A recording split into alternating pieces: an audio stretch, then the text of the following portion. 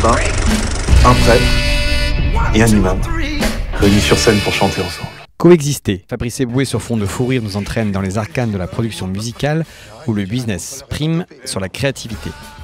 Obligé à des résultats par la maison mère et après avoir épluché toutes les bandes démos voix de casserole, il pense alors au groupe qui va remplir l'Olympia. Mettre sur scène un groupe de musique composé d'un curé, d'un rabbin et d'un imam. Une comédie française fort appréciable où Fabrice est entouré de Ramzy, Jonathan Cohen, Audrey Lamy et Guillaume de Tonquédec. Tous les 5 vous feront pleurer de rire en surfant sur les codes des religions, mais surtout en jouant avec les émotions et les pulsions d'hommes et de femmes qui, au-delà des clivages, devront coexister. TV Van a rencontré pour vous Fabrice, qui vous dit tout sur son film. Fabrice, ton film Coexister sort donc le 11 octobre. Un rabbin, un prêtre, un imam, réunis sur scène pour chanter ensemble. Comment t'es venue l'idée?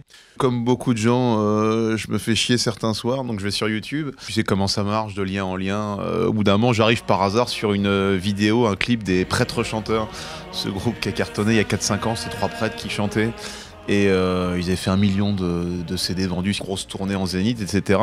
Et je me suis dit, tiens, c'est bizarre, personne n'a voulu faire de film là-dessus, alors que ça pourrait être assez amusant. Et de là, je me suis dit, pourquoi pas en faire un film comique, parce qu'il y a plein de choses à dire sur des prêtres chanteurs qui deviennent une sorte de vedette. Il y a plein de choses à dire sur le monde de la musique, où aujourd'hui tout le monde finalement on peut lancer n'importe quel type de groupe. Et puis le seul bémol que j'ai eu, comment élargir finalement l'histoire. Et puis là j'ai dit, mais on a tous les jours en France un débat sur la cohabitation des 3 grandes religions monothéistes. On va pas faire 3 prêtres, on va faire un prêtre, un rabbin et un imam. Et voilà comment est née cette blague belge. Faire coexister le sexe avec la religion, même pas peur?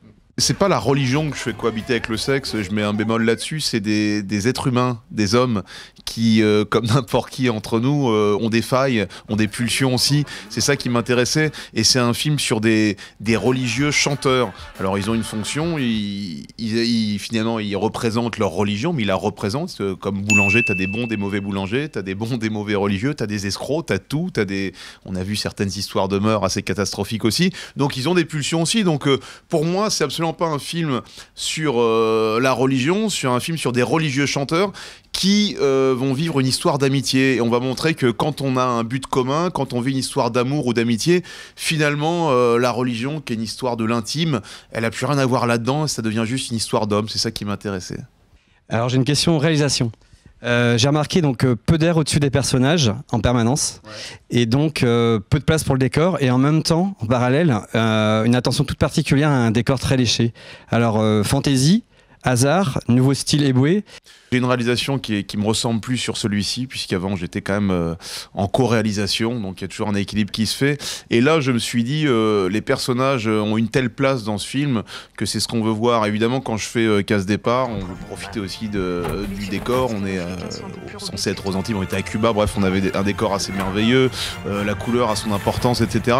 Là sur celui-ci, en termes de réalisation, c'est sûr que j'ai voulu placer mes personnages au centre de l'écran en permanence. Donc, et j'ai toujours pensé aussi que la comédie, alors moi je sais pas d'une comédie de gag, c'est pas ce genre de choses, mais elle est sur les personnages d'abord, donc c'est pour ça que j'ai vraiment choisi de les centrer au maximum sur ce film-là. On a plusieurs lectures de ce film. On peut lire bien sûr un film drôle, aussi émouvant. On peut le lire comme un film sur les religions, on peut le lire comme un film sur l'amitié au travers de tous les clivages qu'il peut y avoir, mais on peut aussi le lire comme un film sur ce qu'est l'essence de la vie, sa famille. Est-ce que c'est voulu? J'aime toujours essayer d'avoir un fond dans ce que je peux raconter. J'ai parlé tout à l'heure de cette histoire d'homme, et vous venez de redonner le mot, c'est important, ce sont des êtres humains. Il y a peut-être une dernière chose qu'on peut amener aussi à ce film, parce que peu de personnes m'en parlent, mais le point de départ quand même, et on le voit quand je suis face à la grande patronne dans le film, c'est raconter qu'aujourd'hui, le divertissement, avant de penser à l'artistique, les gens qui tirent les ficelles, c'est un business. Et si le mec il part sur une histoire, bah, tiens, je vais essayer de faire un prêtre, un rabbin, un imam, c'est d'abord c'est parce que ça peut marcher, je vais essayer de faire un coup. Et tant qu'il essaie de faire un coup, ça fonctionne pas finalement. C'est quand c'est l'âme qui parle, et on parle d'âme, on peut lier ça à la religion, mais un artiste, c'est une âme aussi. Moi, je viens du comique, c'est exactement pareil, une tournée de comique aujourd'hui, tous les comiques qui sortent, tout le monde est racheté par des grands groupes, etc. Et ce qu'on vend notre âme à un moment. Et ce propos-là, il est finalement le réel propos de ce film. Les phrases de ton film sont déjà cultes, avant même qu'il soit sorti. Laquelle tu préfères? Il faut savoir mettre sa foi à l'épreuve. J'ai une gueule d'imam, moi. J'ai une gueule d'imam, moi. Arrête, on dirait un contrôleur RATP. Eh non. Sorti de leur contexte, c'est jamais évident, mais est-ce que j'ai une gueule d'imam, moi? Parce que Ramzy est tellement merveilleux dans le film, dans ce contre-pied absolu, et ça lui colle, parce que parmi tous les rôles, c'est celui pour lequel j'avais écrit, parce que je le voyais tellement là-dedans, il est tellement bon dans son personnage complètement à côté de la plaque, qu'on lui fait endosser un truc qui lui ressemble absolument pas, ni dans la vie d'ailleurs, ni dans le film. Donc est-ce que j'ai une gueule d'imam? Mais il l'a tellement pas que je trouve que ça, c'est une bonne illustration du film en tout cas. Une anecdote de tournage, est-ce que tu en as une? Des anecdotes, il y en a plein. Il y a un making-of qui viendra certainement. Ma chute dans l'eau.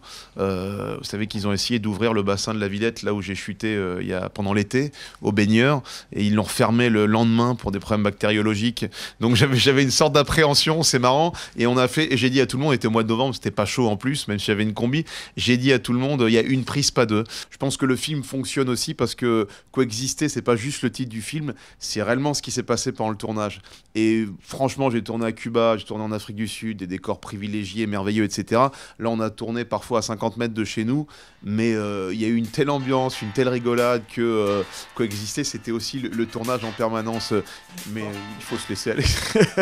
En tout cas, merci beaucoup, à bientôt Fabrice. Merci à vous, merci. Bonne séance avant-première. Merci à tous.